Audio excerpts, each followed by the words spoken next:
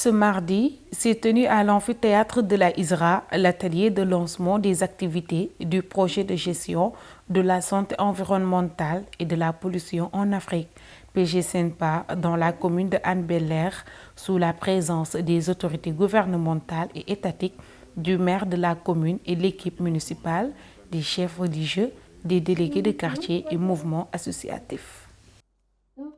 Il est bon de faire des discours, de beaux discours, de parler officiellement dans la langue officielle qui est le français, c'est notre langue de travail. Mais nous savons que nous Projet financé par la Banque mondiale afin de réduire les risques liés à la santé et à l'environnement en réduisant les rejets des polluants organiques persistants non intentionnels et d'autres produits chimiques toxiques et d'établir une gestion écologiquement rationnelle des déchets urbains.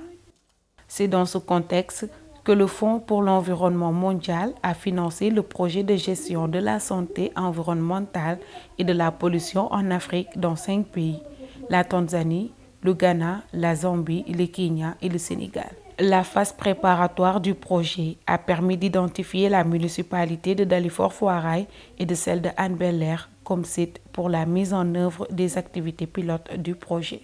Ce projet est un projet qui vise un peu à réduire l'émission des polluants organiques persistants et des polluants organiques persistants non intentionnels et qui cherche aussi à améliorer la gestion des déchets solides au niveau des municipalités. Donc c'est ça l'objectif global du projet. Au Sénégal, on a choisi la commune de Hann Bel-Air et la commune de Dalifort pour être des communes pilotes pour la mise en œuvre de ce projet-là.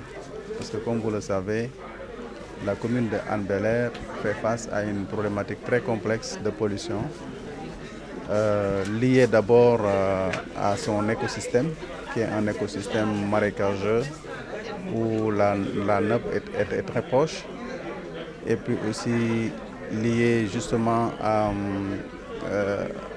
au littoral aussi, qui pose problème. Il y a un tissu industriel qui fait une pollution assez particulière.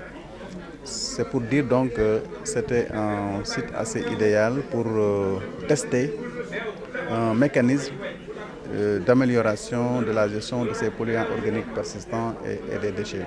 Pour Babacar Meng, le maire de la commune de Hann Bel-Air se dit heureux de recevoir ce projet et une vieille doléance qui vient d'être prise en compte. Au niveau de Hann Bel-Air, cela a été l'une de nos préoccupations majeures. Et la municipalité a toujours travaillé en étroite collaboration avec les associations. Et nous sommes heureux aujourd'hui de recevoir ce projet de santé environnementale que finance la Banque mondiale, en tout cas sous l'exécution du ministère de l'Environnement. Et c'est pour moi l'occasion de remercier le colonel et toute son équipe, d'abord pour les dispositions prises. C'est un projet qui aura une durée de 5 ans. Il y aura énormément de sensibilisation et j'aurais même dit d'éducation environnementale, c'est-à-dire sur le comportement du citoyen, sur la lutte contre, en tout cas, certains types de déchets. Et éventuellement, donc, il est prévu l'aménagement des lacs au niveau des maristes. C'est vrai que ça viendra en dernier lieu. Mais c'est pour vous dire qu'aujourd'hui, c'est une vieille doléance qui est en train d'être prise en compte. Donc en ma qualité de maire, je voudrais surtout remercier le ministère de l'Environnement, saluer tous les efforts, mais surtout l'écoute, la collaboration. Et je demeure convaincu qu'au bout de 5 ans, en tout cas, on aura à voir les premiers effets escomptés de ce projet. Pour le coordonnateur national de la PG-SENPA, Alassane Ngom, l'objectif est de favoriser une meilleure coordination et une bonne synergie des interventions en matière de gestion des POPNI et déchets dangereux. On va normalement, sur la base, en s'adossant à la commune, essayer de faire une cartographie des parties prenantes, c'est-à-dire voir tous ceux qui agissent ou interagissent pour produire ou gérer les déchets et de voir dans quelle mesure est-ce qu'on peut mettre en place une organisation pour renforcer les services communaux, mais renforcer aussi la direction de l'environnement et des établissements classés pour une meilleure gestion de ces déchets-là. et faire de telle sorte qu'il y ait une communication très forte avec les populations pour les sensibiliser sur les comportements citoyens à promouvoir pour déjà une meilleure gestion de ces déchets-là. Essayer aussi de promouvoir ce qu'on a appelé une surveillance locale, une meilleure surveillance locale de la propreté et de l'hygiène au niveau local, qui est une affaire des populations.